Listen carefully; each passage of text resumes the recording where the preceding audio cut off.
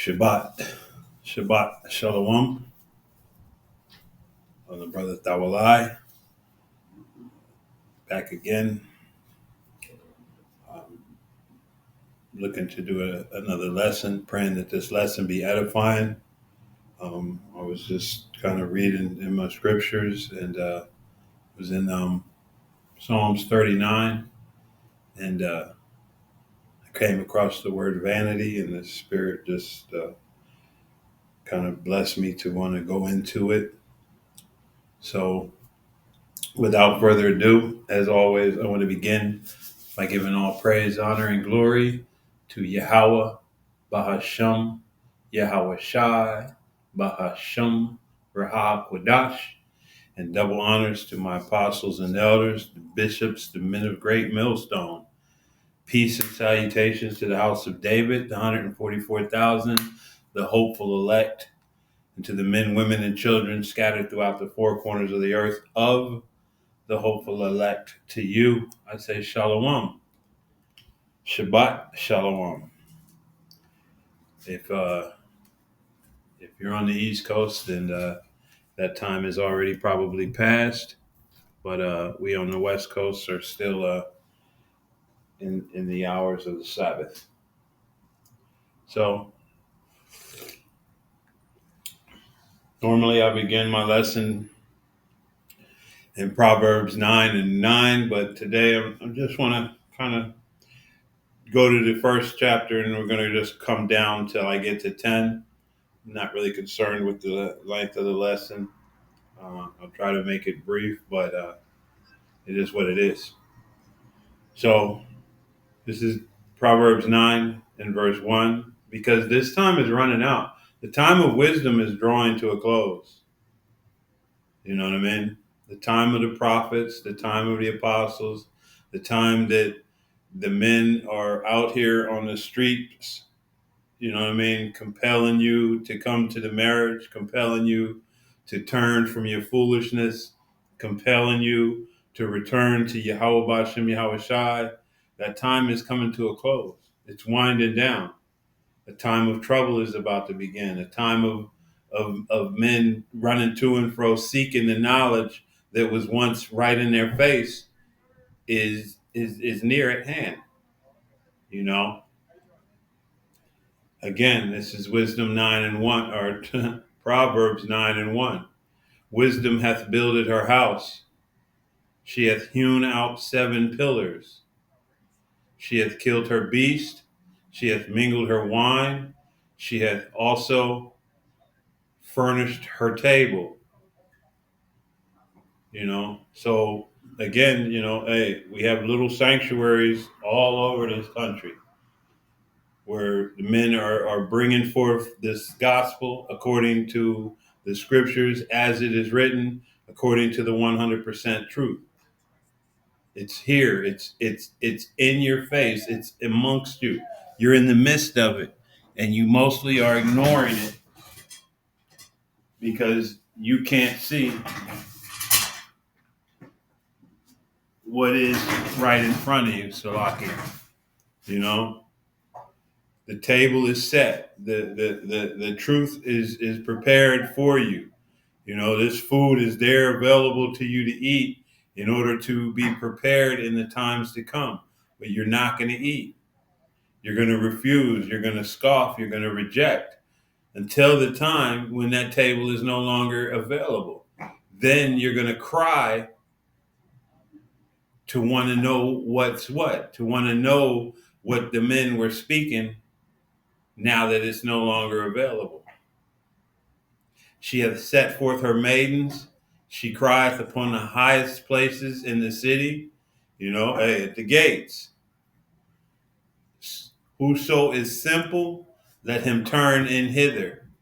You know what I mean? Hey, if you don't come in, you know, if you don't know, come in, get this understanding. As for him that wanteth understanding, she saith to him, come, eat of my bread and drink of my wine, which I have mingled. Come get the understanding that you need. Come get the understanding that your spirit longeth for. why things are like they are, what's going to happen to change them, how they're going to change, when they're going to change, what are the signs of to watch for those changes. You know, come get that understanding, get that knowledge. You know, there's many camps going on right now. You know, right now there's thousands of videos going up right now, right now. It says, forsake the foolish and live and go in the way of understanding. Come out of this bizarre understanding, this knowledge that is not knowledge, that's pseudo knowledge. You know, it's false knowledge. There's no profit in what you know now. The profit is in this understanding, in this knowledge, in this walk.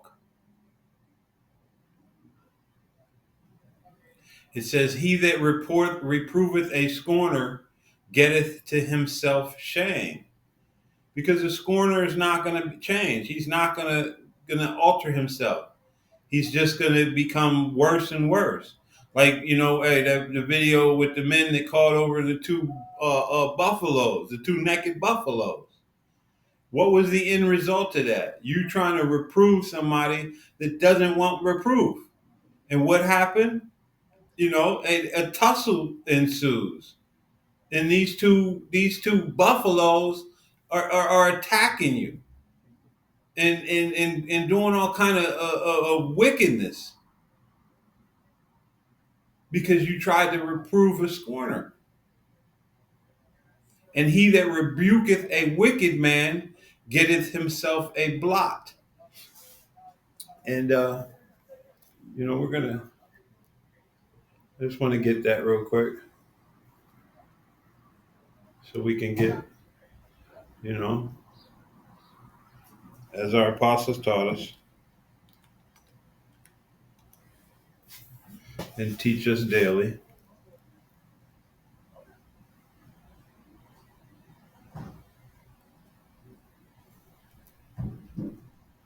First we said,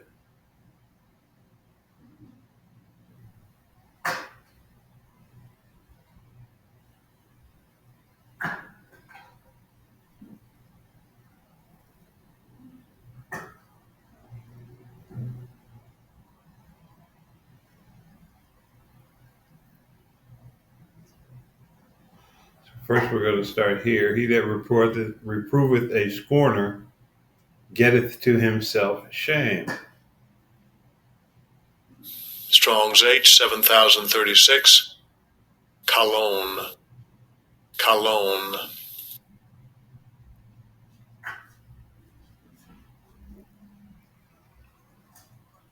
Dishonor, disgrace, personal. Ignominy of nations. Shame, disgrace, dishonor, ignominy. Ignominy. Ignominy.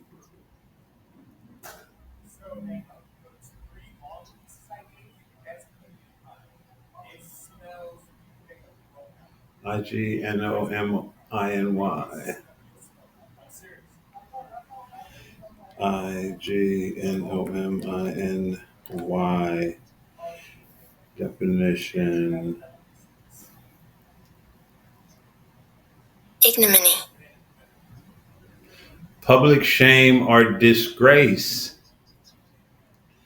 You know, and what, you know, I don't know. I know, you know, everybody probably was watching it. I believe it was the Wi-Fi, the group Wi-Fi that had the two buffaloes attack them. You know, but hey, if they understood how this thing was supposed to happen, it would have never happened because they wouldn't spend all their time, you know, brother, sister, come here to work, come, brother. You know what I mean? You let the Most High draw them in. It said, this is himself a blot. Strong's H 3971. Moom. Moom. Second entry. moom, moom,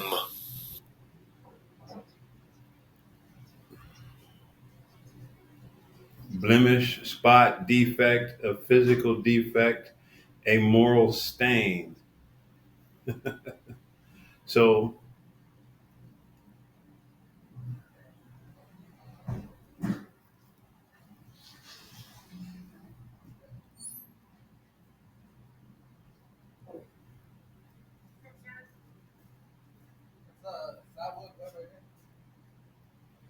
it says, "He who corrects a scoffer," KJNK, New King James Version.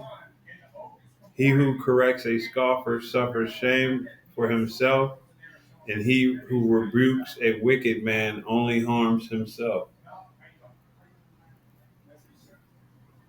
So NLT, anyone who rebukes a mocker will get an insult in return.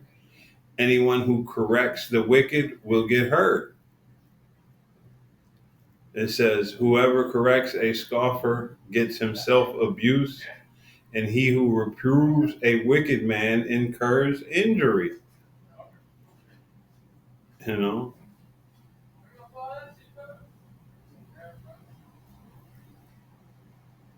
it's an amp. He who corrects and instructs a scoffer gets dishonor for himself, and he who rebukes a wicked man gets insults for himself.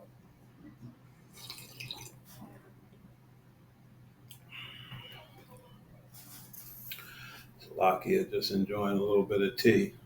So now, it says, so basically, when you are out there, and this is why we're, wisdom. If you out there teaching, then you should be associated with wisdom, and you should know, hey, allow the Most High to do His work. This is His show. This is His plan. This is His project. And when He wants one of His to come get edification, He will draw them unto you. He will walk them to where you're at. You do not have to be out there, brother, brother, brother, come hear the word. Brother, sister, sister, sister, come hear the word of the Lord. Trying to hand out pamphlets. That's not what we're supposed to be doing. Reprove not a scorner lest he hate thee. Rebuke a wise man and he will love thee. Give instruction to a wise man and he will be yet wiser. Teach a just man and he will increase in learning. The fear of Yahweh, Bahasham Yahweh Shai, is the beginning of wisdom, and the knowledge of the holy is understanding. So,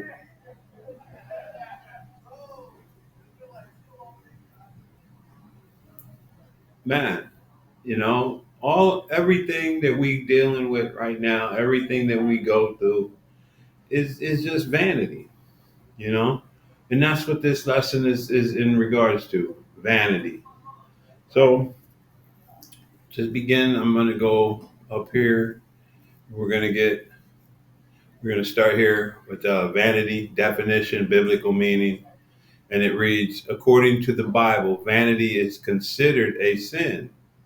It stems from pride and excessive admiration of oneself or possessions, leading away from humility and gratitude. True worth and fulfillment come from a relationship with Yahweh, Bahasham Yahweh Shai, not earthly possessions or self glorification. So, hey, that's where true worth comes from. That's where true fulfillment comes from. We're going to just keep going on. Vanity. And this is a noun, excessive pride in or admiration of one's own appearance or achievements. And I'm going to jump right down here to 2. the quality of being worthless or futile. Uselessness, pointlessness, worthlessness. So these are all vanity. So with that, we're going to come down here and I'm going to start.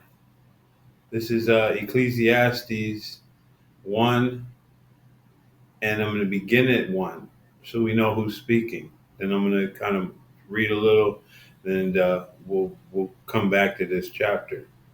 It says, "The words of the preacher, the son of David, king in Jerusalem." And we know that's Solomon. You know, Solomon was a prophet as well as a king. It says, "Vanity of vanities, saith the preacher. Vanity of vanities, all is vanity. What profit hath a man of all his labor which he taketh under the sun? One generation passeth away, and another generation cometh, but the earth abideth forever." You know, and here, hey, lessons within lessons. We know that the earth is going to be here forever. Contrary to what these people, are coming up with, oh, we're destroying the earth. The earth is, it's going to be this, that, and the other, and negative. One world is going to end and another world is going to take its place, but the earth will remain, you know, one earth, many worlds. Work that one out in your extra sensitive brains. It says, "The sun also ariseth, and the sun goeth down, and hasteneth to its place where it arose. The wind goeth towards the south, and turneth about unto the north. Its whirlwind are continually, and the wind returneth according to its circuit."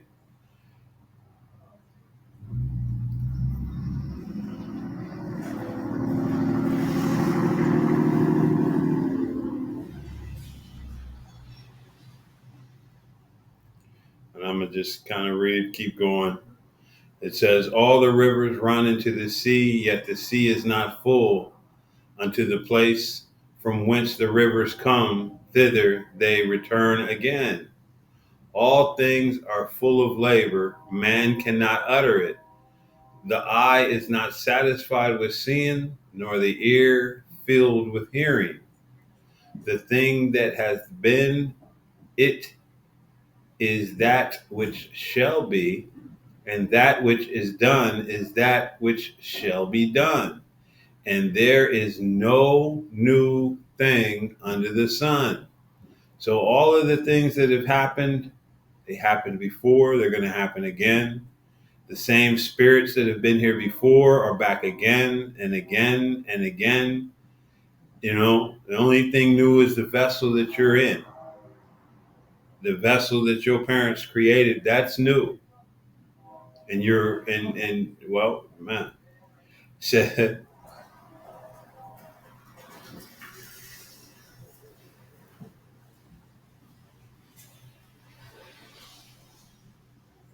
yep. So we'll get it right here. Says, "Is there anything wherein it may be said, see, this is new?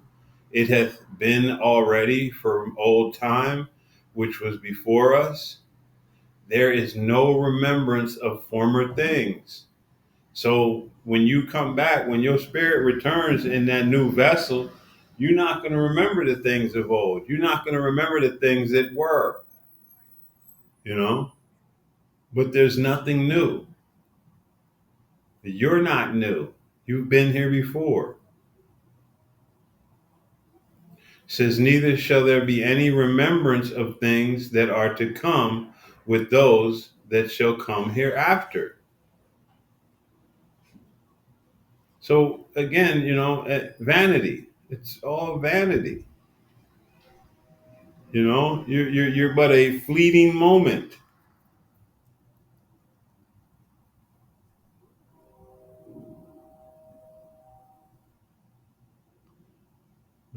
we'll come back to this chapter, but I'm going to keep moving forward. And also wanted to get Vanity here. Strong's H, 1892. Hevel. Hevel. Havel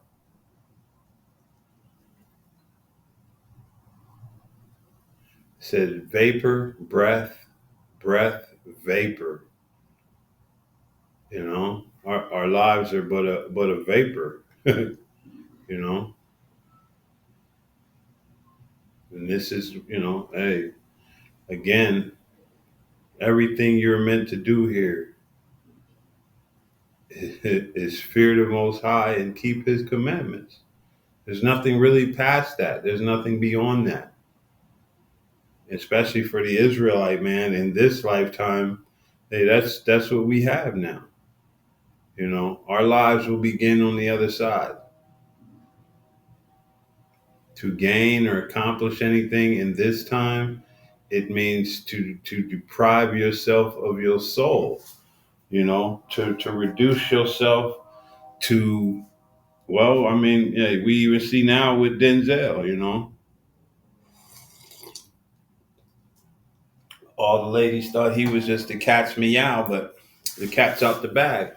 You know,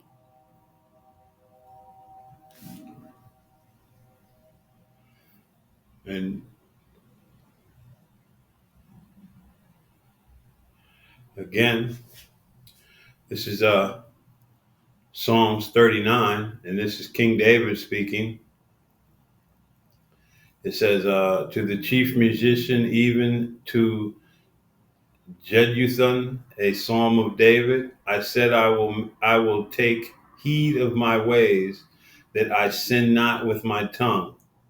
You know, I will keep my mouth with a bridle while the wicked is before me.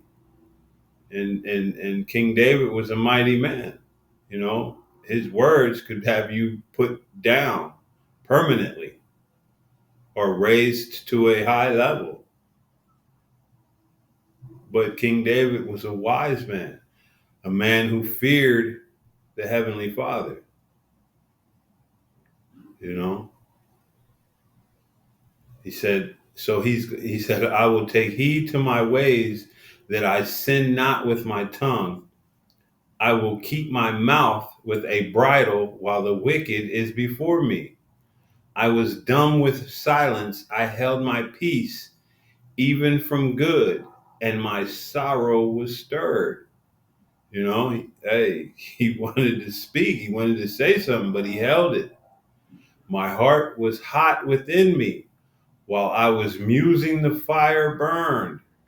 Then spake I with my tongue, Yahweh, make me to know mine end and the measure of my days. What is it, that I may know how frail I am? And this came, man, you know, hey, for us in this time, in this age, this was King David. And he knew his frailty. He knew his weakness. And we know he wrestled with a lion, with a bear. He slew a giant, you know. Saul killed Saul killed his thousands and David his tens of thousands. You know, David was a mighty man, a man of war, a man of renown, a giant. Says, behold, thou madest my days as the hand breath. And I'm gonna, let's 39:5.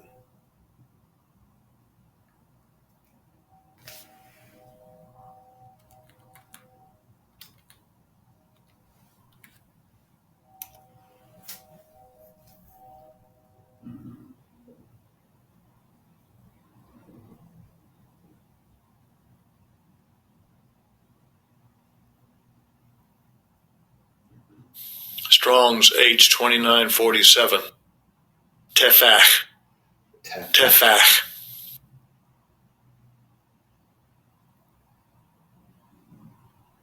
span, width of the hand breadth, a unit of measurement of length in architectural terms. You know, so just wanted to make sure we had clear understanding. You know, so essentially, just a moment in time. Essentially, and mine age is as nothing before thee. Verily, every man at his best state is altogether vanity. Selah. And always like to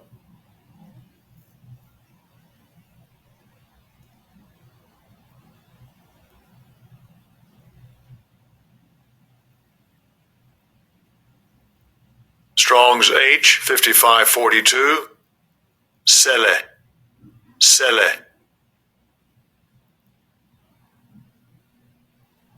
lift up, exalt.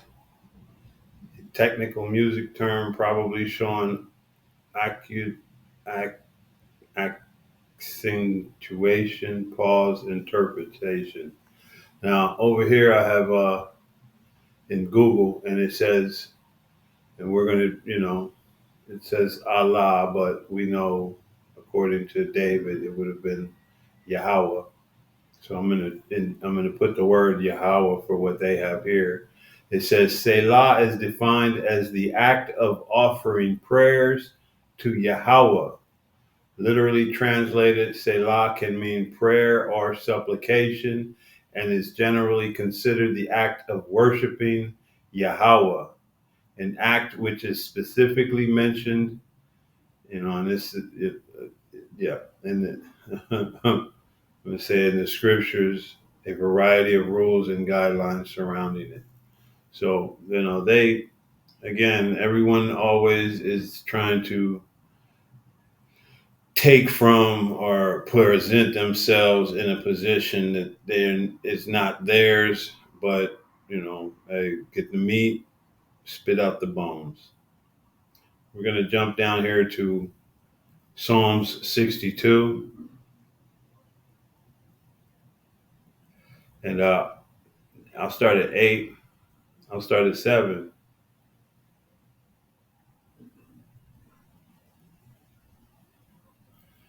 Yep, you know how this is turning out. 62 and 5. My soul, wait thou only upon the Most High, for my expectation is from him. He only is my rock and my salvation. He is my defense. I shall not be moved.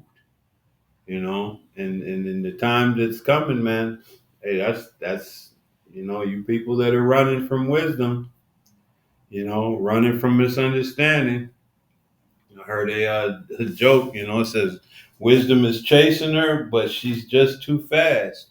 And that's the case with a lot of you people, especially you Israelites. Wisdom is chasing you, but you're just too fast. You only desire to remain in your ignorance. And that's where you're going to stay. It says, in the Most High is my salvation and my glory. The rock of my strength and my refuge is in the Most High. Let me grab something real quick, if I may. Salakia, forgive me for a moment.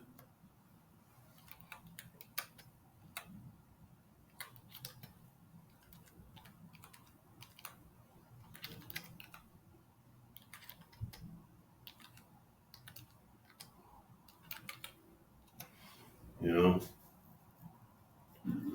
this is why our people fell, man.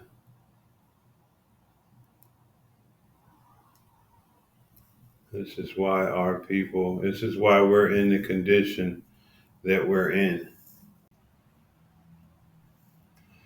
This is Deuteronomy 32 and 18. It says, of the rock that begot thee, thou art unmindful and hast forgotten the Most High that formed thee. And this is why our people are in the condition that they're in. Because our rock, you know,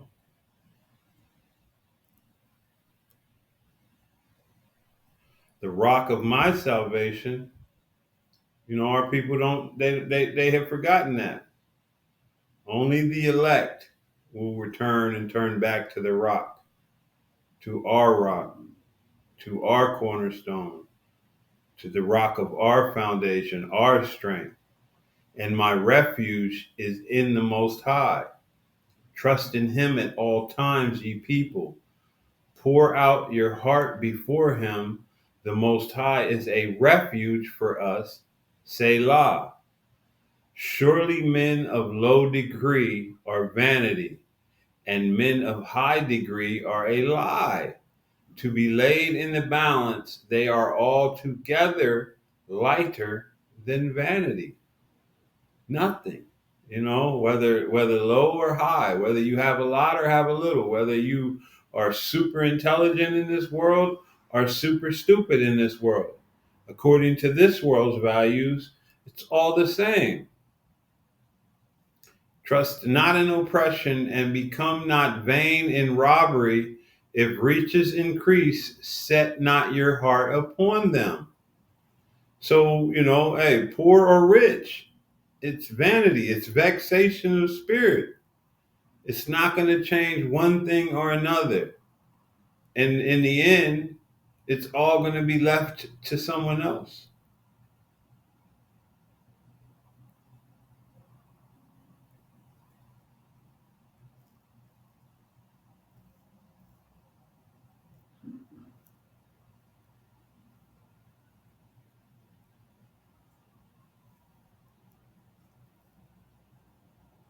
This is Psalms 144, Kahala Yahweh Hashem Yahushai. I'm going to start at 3. And it reads, Yahweh, Bahashem Yahweh Shai, what is man that thou takest knowledge of him, or the Son of Man that thou makest account of him?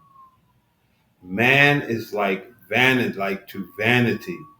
His days are as a shadow that passeth away.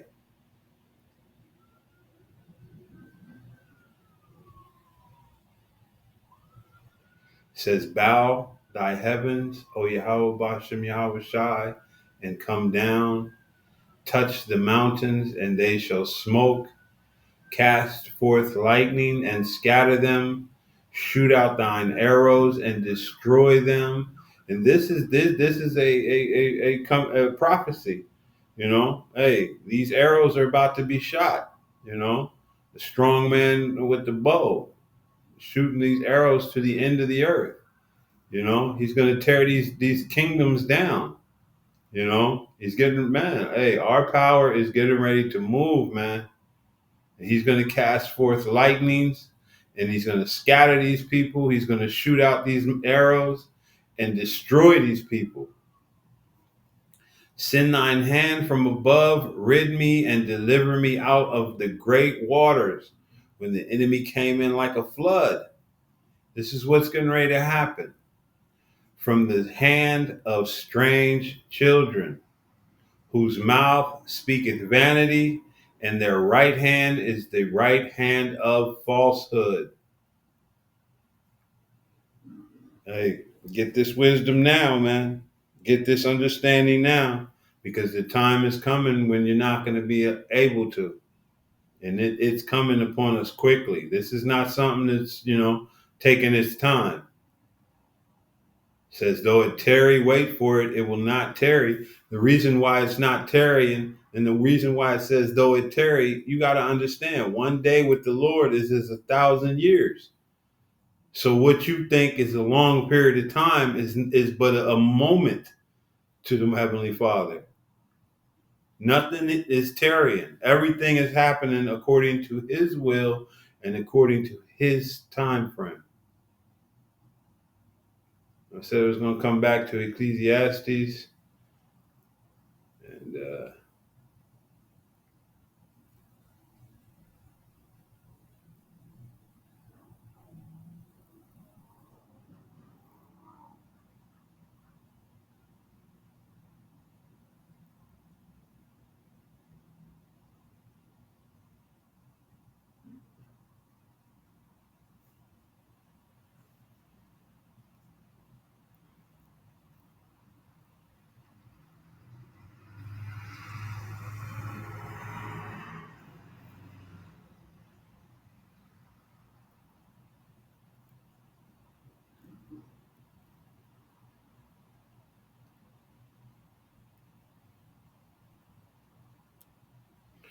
This is back in Ecclesiastes 1 and 14, and I'll start at 13.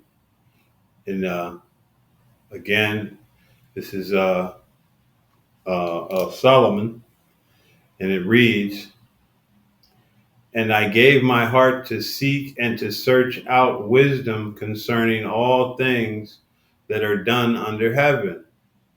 This sore travail hath the Most High given to the sons of men to be exercised therewith. I have seen all the works that are done under the sun, and behold, all is vanity and vexation of spirit." So he did everything.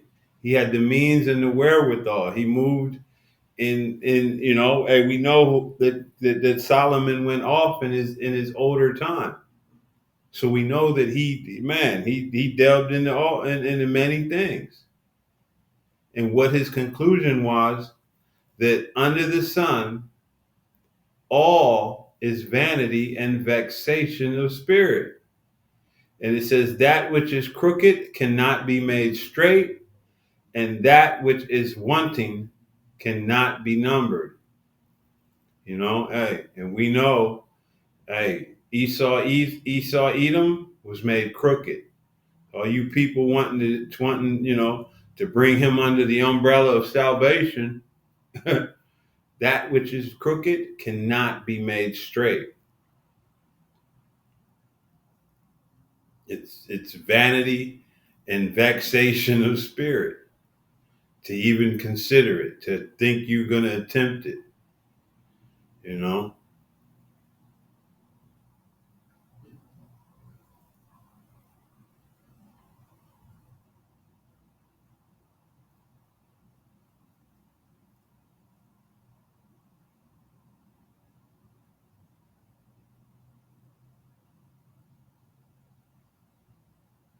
So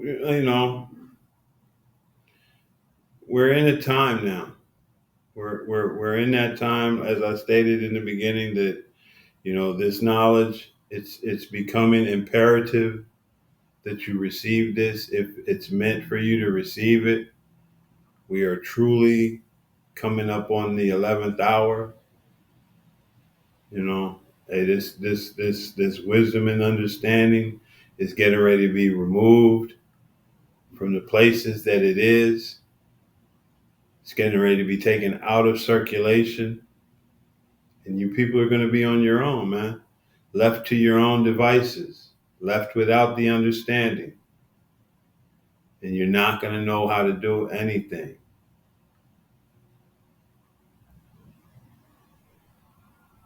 You know, and this is Ecclesiastes 12, and I'm gonna start at 8.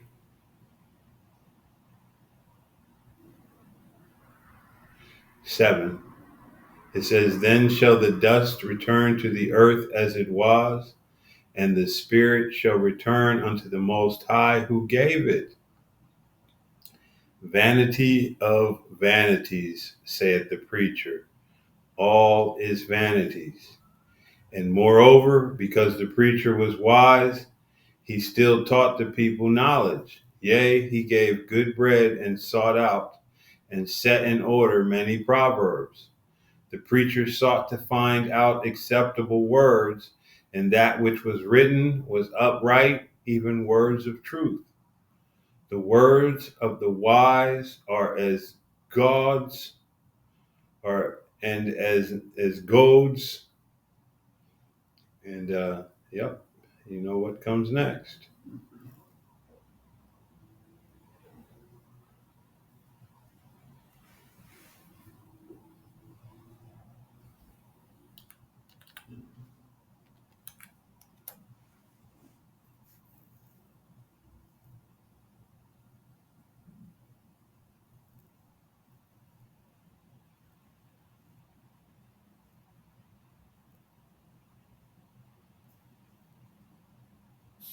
Strong's H, 1861. Dorvon. Dorvon. Dorvon.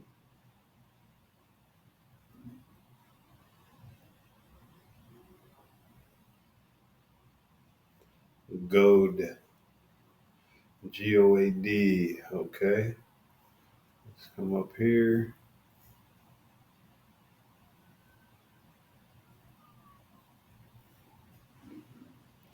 Goad. Definition. Goad. Provoke or annoy someone who is stimulant, some action or reaction, drive or urge an animal on with a goad. The cowboy goaded the cattle. A spiked stick used to drive cattle. Let's try this real quick.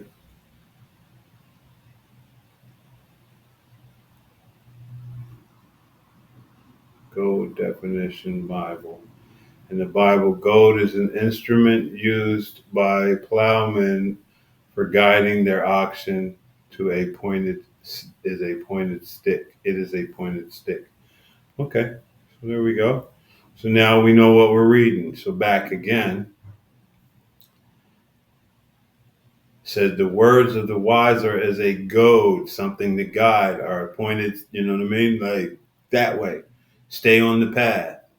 And as nails fastened by the master of assemblies, which are given from one shepherd.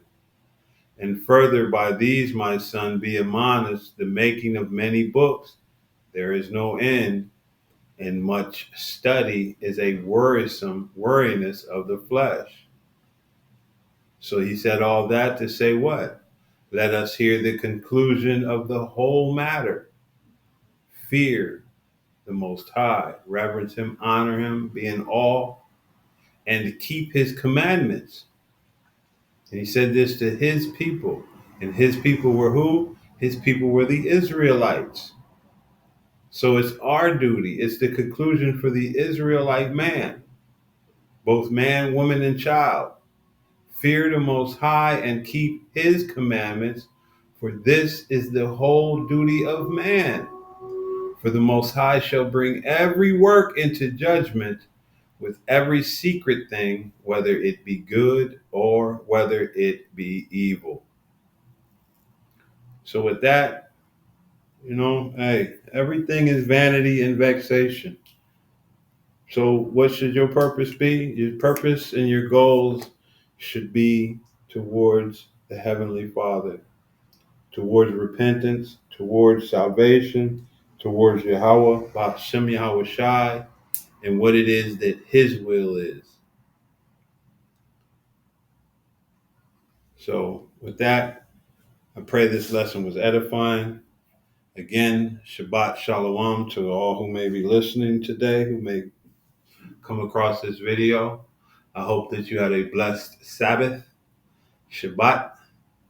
And with that, as always, I want to give all praise, honor, and glory to Yahweh, Bahasham, Yahweh Shai, Bahasham, Rahakwadash.